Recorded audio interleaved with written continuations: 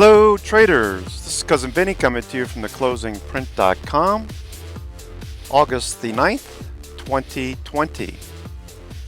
In this edition of your weekend video newsletter, we will discuss the improving conditions in the U.S. markets. We'll also talk about big cap tech stocks and most of the indicators which are slightly more bullish to neutral going into the second week of August. The bond stock ratio is supportive of equity traders, while the S&P 1500 continues its bullish trend.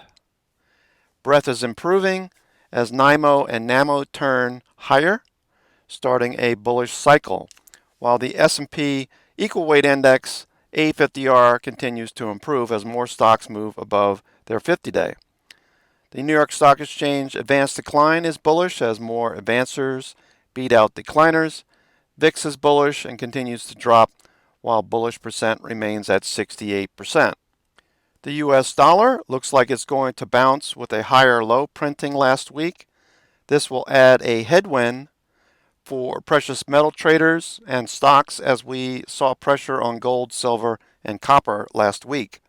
Crude oil, on the other hand, remains higher in its 14-week flag.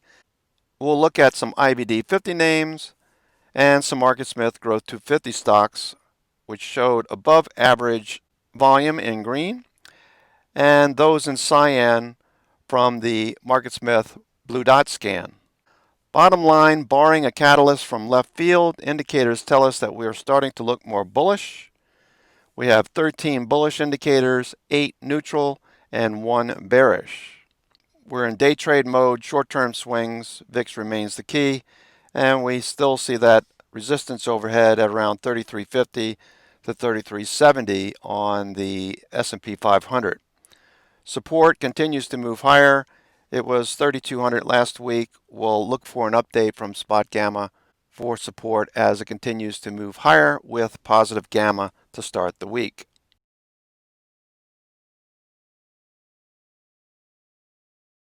.401k and IRA investors can do well to pay attention to Renko. In this case, we're looking at SPY on a daily time frame.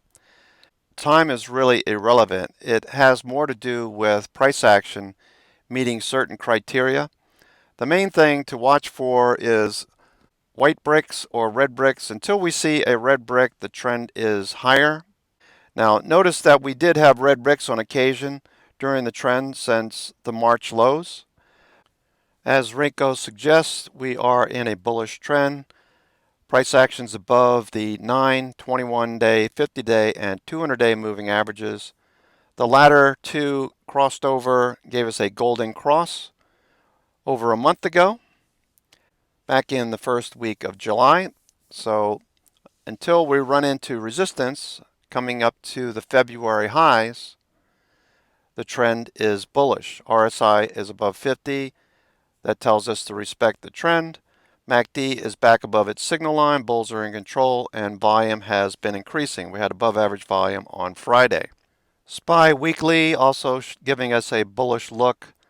Volume is tapering off as we near the February highs, so that's something that we want to pay attention to in the short term. Expect a double top. If it doesn't happen, fine. If we do pull back, we'll look for a minor retracement, maybe 5-10%, going into what is seasonally one of the weakest months of the year, August, where we've seen drawdowns in the past. Doesn't mean it's going to happen. It's something that we have to pay attention to. One of the things we'll look at is the XLY-XLP ratio, which gives us no indication that institutions are starting to position more bearish. If anything, this looks more like 2018, where markets continued to move higher and then leveled off for 3 or 4 months before turning lower. So this looks more like 2018 and 2019 than it does February, which rolled over very quickly in February and March. But even if you had missed the rollover in February, the first couple of weeks, you would have missed about a 30% drawdown. So this is one of those indicators that 401k and IRA long-term investors need to pay attention to. As long as this is rising, it's telling you that institutions are positioned more bullish and not bearish. The Nasdaq, on the other hand, everyone was looking at for a drawdown last week and the week before. Didn't happen. We had 2 weeks of consolidation after a big run-up since the March lows. RSI remains fairly strong on this weekly time frame. We can continue to stay above the 70 level. Many traders and investors will look at RSI over 70 and say, oh, we're overbought, we got to turn down immediately. That's really the wrong way to look at RSI. It's relative strength.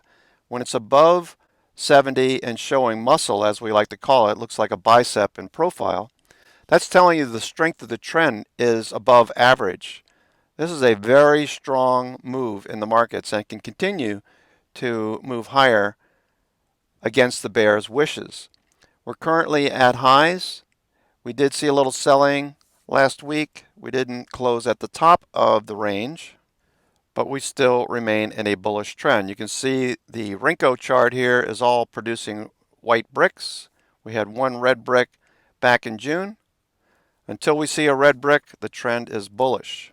While that is the case, A-Rune indicator for Nasdaq is starting to see A-Rune down, starting to rise, while A-Rune up, the green, is pegged near 100.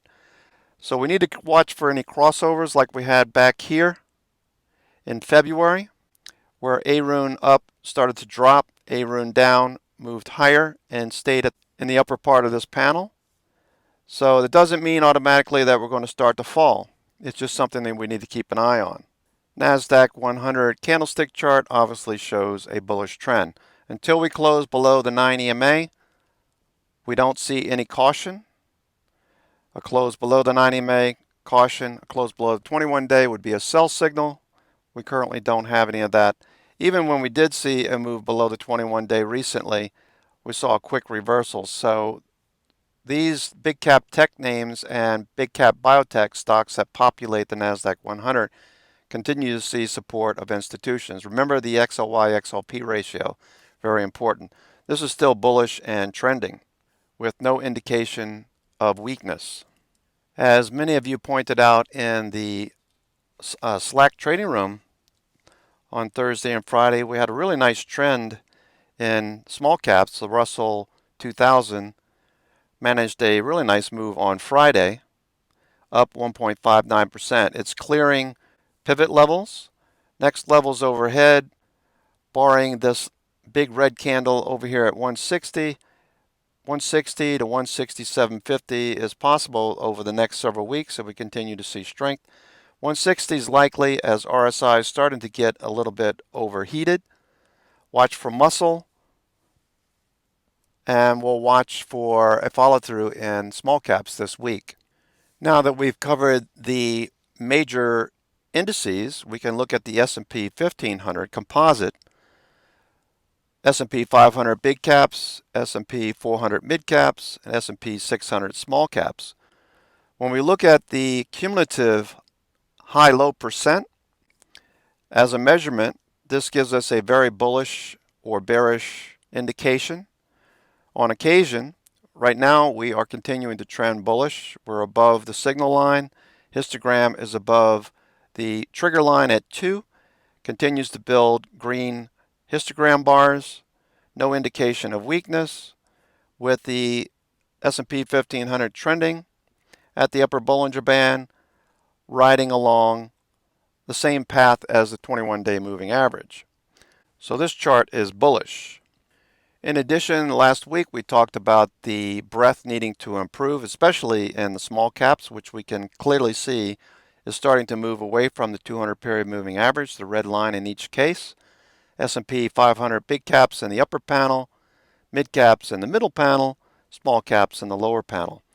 So these three are moving away from the 200-day moving average. That's telling you the advanced decline percent on a cumulative basis is bullish. The good thing about this particular layout is that there are no ADRs, no preferreds, and no mutual funds included compared to what we see on the New York Stock Exchange advanced decline, which is still bullish and moving away from the red zone. So New York Stock Exchange advanced decline is a little bit more skewed because of those preferreds, ADRs, and mutual funds. in the mix of 2,900 different assets. So we'll look at both. Clearly, we were bullish last week, ending on a high note. To start the week, VIX is also green. Volatility continues to drop. This is taking VIX and flipping on its head so that it aligns with price action. When it's green, we look for higher highs and higher lows. So going into this week, we're starting off with a bullish signal. The Zweig breadth thrust indicators are also showing breadth is improving, rising away from zero, not above plus 30%, which would be considered overbought. Look for a pullback when that's the case. We are moving off the zero line, continue to move higher with the big cap S&P 500 top panel, mid caps middle panel, small caps lower panel, and the Nasdaq 100 in the lower panel. Notice the advanced decline percent on the Nasdaq is moving in the opposite direction. That's a divergence that we need to keep an eye on this week. It doesn't mean the Nasdaq's going to sell off, it just means we need to keep an eye on it. The Mcclellan Oscillator for the Nasdaq is turning higher. It's starting a cycle up. You can see in the past, cycle up would give us an indication that we should look for more bullish than bearish action. Doesn't mean we're going to go straight up every single day. On occasion, we do have a blue elder stick or a red elder stick, but still in a bullish trend. Remember Rinko once again. With respect to Rinko, we need to see red bricks before we can assume a bearish trend is starting. We have the NIMO, the Mcclellan Oscillator for 2,900 stocks traded on the New York Stock Exchange is in a bullish cycle. We pointed this out a few weeks ago as we start at the bottom. In the interim, price action has continued to produce higher highs and higher lows. Some blue elder sticks mixed with some green. An occasional red stick is just a caution signal. 2 or 3, obviously, sell signals. But for now, we are in a bullish trend. We also have the Wilshire 5000, currently only about 3,900 stocks.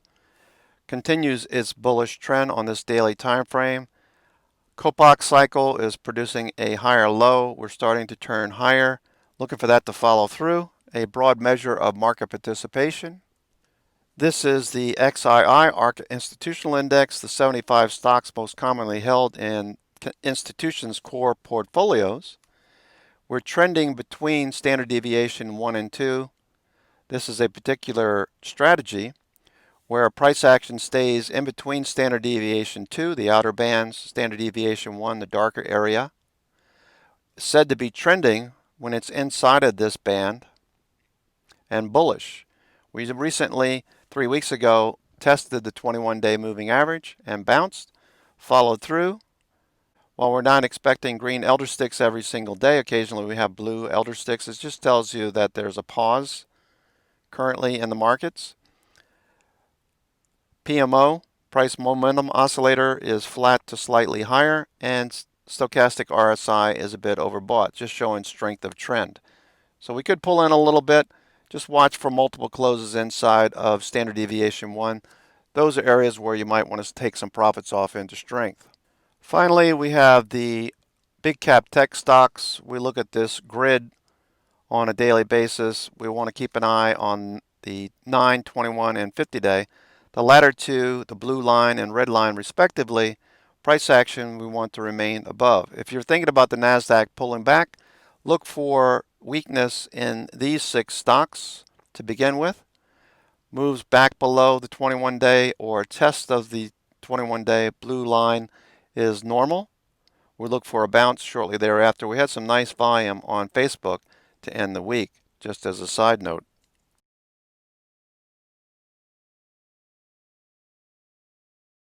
Here is the S&P 500 on a weekly time frame. Bond stock ratio in the lower panel. As long as this red line is dropping below the 65 period moving average, the blue line, and trending lower, that's bullish for equities, telling you to favor equities over bonds in this short to intermediate time frame.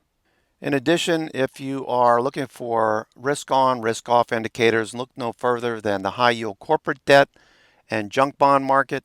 As these are moving higher, this is an indication that investors are okay with risk compared to what we saw back in February, where this asset will turn down before the markets typically and will lead maybe by a day or two. But you can clearly see that this was risk off when they dropped out of this asset class very quickly. Currently, we continue to move higher. Yes, we're approaching the highs, but RSI remains above 50, so respect the trend. Volume has been increasing. And if we look at junk bonds, we see a similar indication where price action continues to move higher. We're above this volume by price band. That is now short-term support, moving to near highs where there's less supply to render any resistance to price action moving higher. The 20-year is also beginning to stall. We're looking for TLT to move back to the moving average. Still in a bullish trend, higher highs and higher lows. RSI is above 50. AGG is also starting to stall a little bit. Notice that candles are getting tighter and tighter as we near all-time highs again. We've had a position since back in October of 2018. No reason to sell the entire position. On occasion, we've taken some position off as we had this wild price action back in February and March. We still have a position in AGG in our portfolio.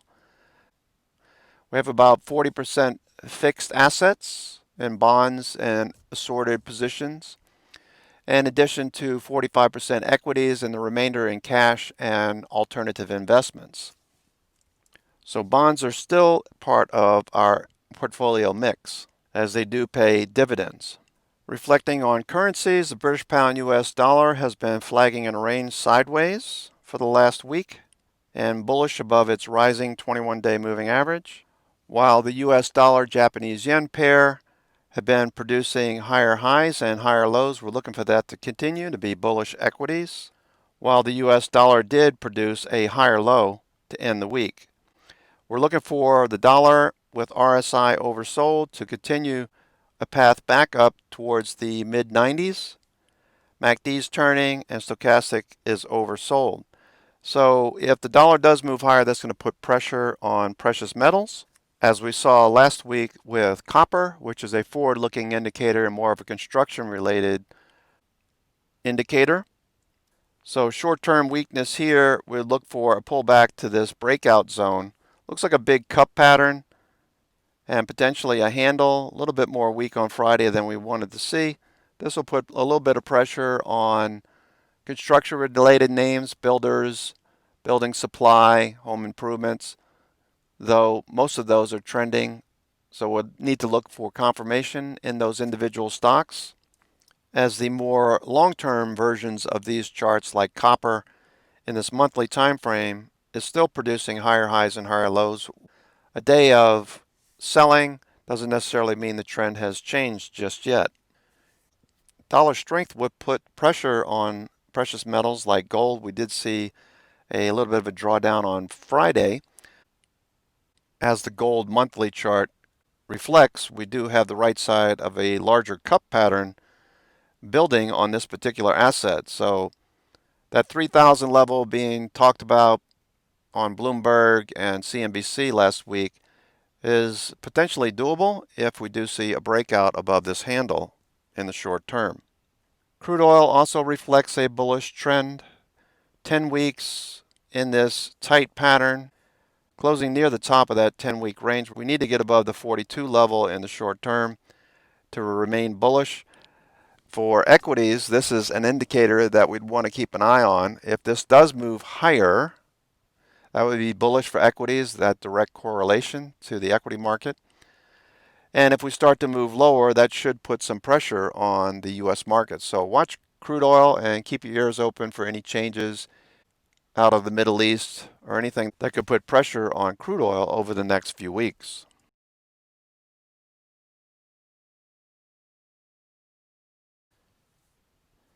The sector heat map is improving somewhat. This is updated every Friday from left to right. We can see that there's a couple of reds and oranges in there, but for the most part, home builders, metals and mining last week did well. We had transports improving. Sectors are improving somewhat. They're not red, crimson like we saw back in June. with some improvements starting to show up in the S&P 500 sectors and subsectors. While the European market, we're starting to see a little bit of weakness there short term. So keep that in mind going into this week. The individual countries, obviously we see price action above, in most cases, the 21-day and 50-day. And those two moving averages are up and to the right. So they're bullish. Look for little pullbacks as opportunity if you're trading any of these international indices going into this week.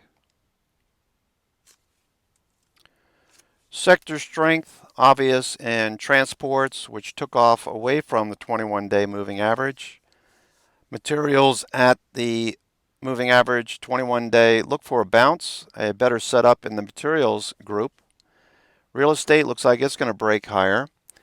And without exception, we have everything moving above the 21-day and 50-day except for energy, which is starting to show its signs of improvement.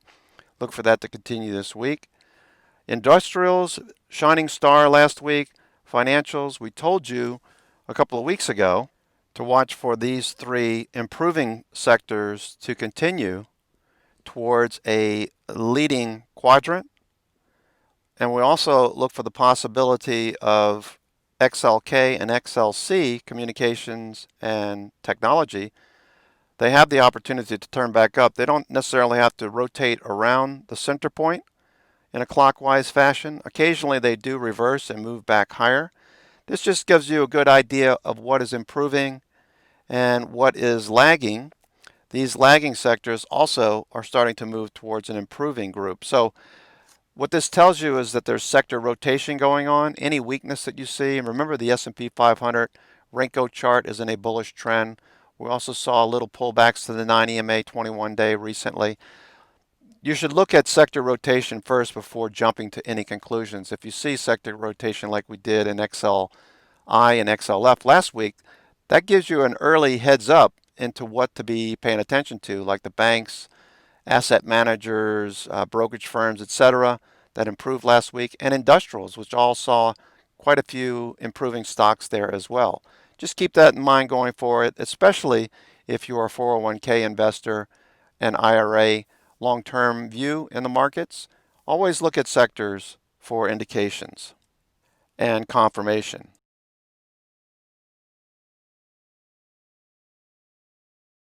Here are the IBD 50 stocks for the week. What we typically look for is a stock that's above the 9 and 21-day moving average for starters. We want the indices to all be moving higher, and the sectors therein that these stocks trade should be moving higher as well, as we look for entries into Monday, Tuesday, and Wednesday to start the week. So for the most part, we have some stocks that look pretty good. We have ATVI was added this week. Berry Plastics continues to move higher. Remember, materials sector was doing well. Transports were also doing well, so we'll look for some stocks in that group this week. In addition to retail stocks, industrials, and financials. Activision, Blizzard, ATVI. The gaming stocks have been looking very bullish lately. We're very interested to see how price action reacts to the 21-day. Monday and Tuesday, RSI is still above 50. Volume did increase a bit above average. Looks like there was some profit taking. Doesn't mean we're going to reverse and move back to the 50, while that is possible. So this is one group I'd be paying attention to this week. Adobe also pulling back. Pullbacks are not a bad thing. They're actually what we look for in bullish trending moving averages. These pullbacks are our opportunity. We don't want to buy the highs. We want to buy the pullbacks and then look for a bullish follow-through day. So pull back to the moving average, bullish, RSI above 50 is the setup. Then look for that follow-through day or reversal day like we see here on this hammer as an entry. Stops just below, so you have a very good, clean risk-reward setup to start the trade. Akamai at the 50-day might be a good setup. If we see a bullish day on Monday to start, then you have a little bit of resistance overhead at the 9 and 21-day. If we close above that Tuesday, Wednesday, that would be a good indication. We need to see RSI get back above 50. That would be a reflection, and based on price, for a move back in the northerly direction. So Akamai, bottom line, we need to see a bullish day on Monday for starters. The real estate sector was improving. That's in this group. So ARE is in this group, Alexander Real Estate Equity. We're looking for a bounce off the 9 EMA. A follow-through day on Monday would be a good indication that this trend is going to continue. Volume has been pretty decent. MACD is above its signal line.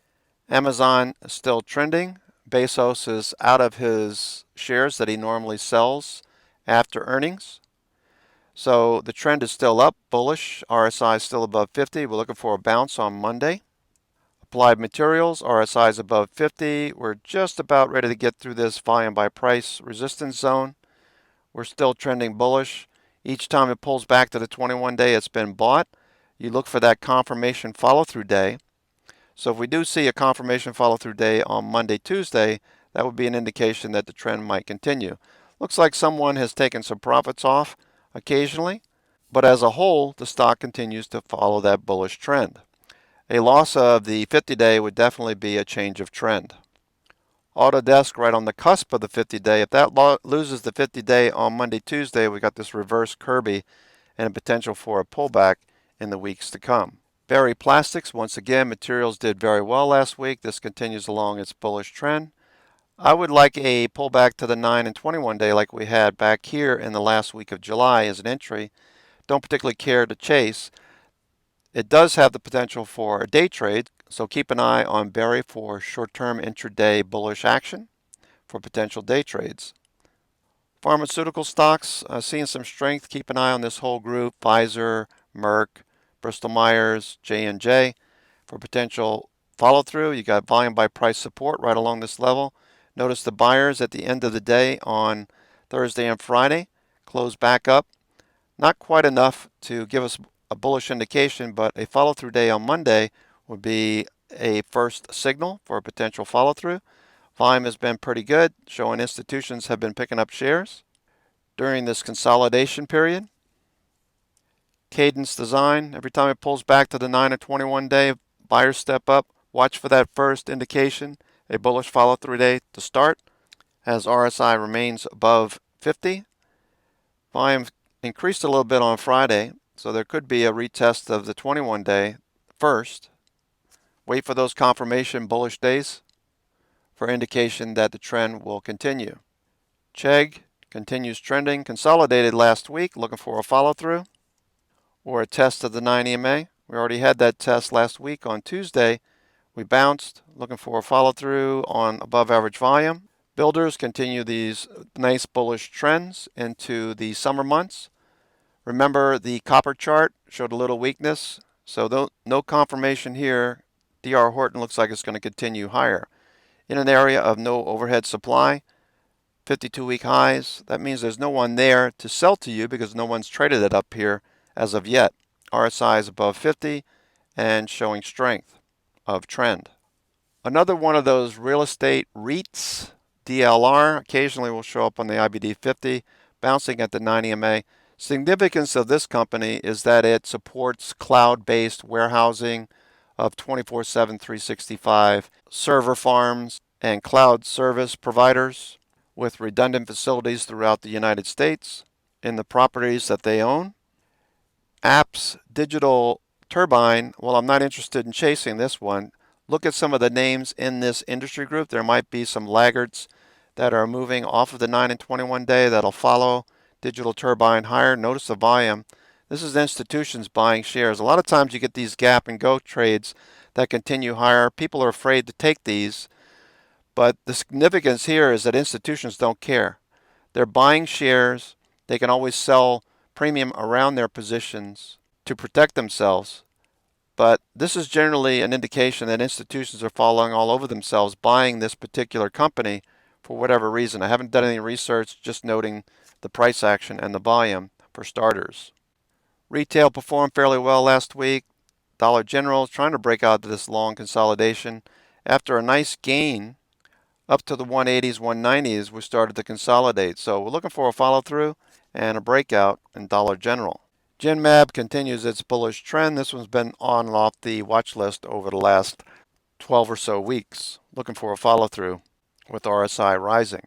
Horizon Therapeutics and stocks in this group showing strength last week. Look at the volume that's showing institutions have been picking up shares. Innovative Industrial Properties caters to the medical cannabis group. They buy properties and lease back climate control facilities to the cannabis industry. This one continues higher. Mikey was mentioning this one a couple of weeks ago when it started to break out of this consolidation pattern.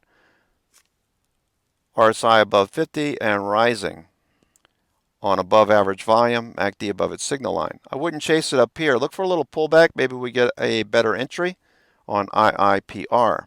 Kirkland Lake and Franco Nevada, those are pulling back a little bit, and weakness in gold that we saw on Friday. Kroger starting to this bullish trend, looking for a breakout this week. RSI is above 50. Microsoft consolidating. We'd like to see a breakout of this sideways range and consolidation period over the last month. It is news sensitive to this whole TikTok issue though, so just keep that in mind. I'd probably do day trades only for now until it breaks out. The Nasdaq tracking stock NDAQ continues this bullish trend. Came back and tested the 21-day. Almost got there a couple of times before following through on Friday. Above average volume, look for NDAQ to follow through. Palomar Holdings continue the bullish trend that we started back here in April and May. Consolidation for the last couple of months, then breaking out. So we've got a nice follow through underway. RSI is rising, volume increasing, MACD is above its signal line. PayPal, Square, MasterCard, Visa, watching all of these as well. People still have to buy things, even though there is some limited lockdowns, companies and municipalities opening their economies a little bit, having a reflection on these payment processor group stocks that are looking like they could follow through in the short term. Another REIT, Physicians Realty Trust, looking for a follow through. Nice consolidation, looking for a break above this volume by price band. RSI is rising, suggesting more upside. MACD is above its signal line. Like to see more volume on the increase, so watch for RVOL to increase on DOC this week to start. Sprouts Farmers Market, keeping an eye on this one. I'd like to see a higher low on Monday, Tuesday, and a move back above the 9 and 21 day. It's positioned precariously at this volume by price band. If it drops below this area, we could be due for a retreat back to the 2250 zone. If it does, I'll be watching it for potential entry there. And for strength to return, MACD is below its signal line, suggesting that we could see a follow through in the short term as RSI remains below 50. Thermo Fisher is trending, watching this consolidation for a break higher. I don't know if you've been by any Tractor Supply stores recently, but they have been very busy. Continue this bullish trend. Yes, it looks a little bit extended, but it continues along this 9 and 21 day moving average, and until price action breaks, the trend is still up. Volume increasing, looking for a follow through this week. Viva System, watching this little pullback to the 21 day to see if buyers step up on Monday and Tuesday. Volume did increase to above average last week on Friday, so watch how that reacts on Monday, Tuesday. West Pharmaceuticals, nice bullish trend, consolidates from time to time and then breaks out. Could be starting a consolidation period right now. RSI is showing muscle. Watching for volume. Zoom video, this one's impossible to short except for intraday. Every time we look at a short, it works for half of the day and then buyers step up, which is an indication of strength. Though they keep buying the dip. Keep an eye on Zoom. This one could get going in the short term. Okay, traders, that's going to do it for me. This is Cousin Vinny coming to you from theclosingprint.com, August the 9th, 2020, with your weekend video newsletter. Make sure you check out some of the names that are listed in the opening monologue, the relative strength stocks that showed up on MarketSmith. We'll look at some of these names. I've already collated the ones that look the best. In addition to the stocks shown up on the 100% volume scan, stocks that are showing above average volume, those are also listed, the ones that look good in the opening monologue. In addition to stocks that show up on the blue dot scan, If you are a MarketSmith subscriber, above average volume stocks shown in green, and the blue dot scan candidates shown in cyan going into this week. I'll send out a watch list later tonight around 11:30 on the East Coast, 8:30 on the West Coast. So be sure to look for that in your inbox. I hope this helps. Take care, and we'll talk to you soon. Enjoy your day.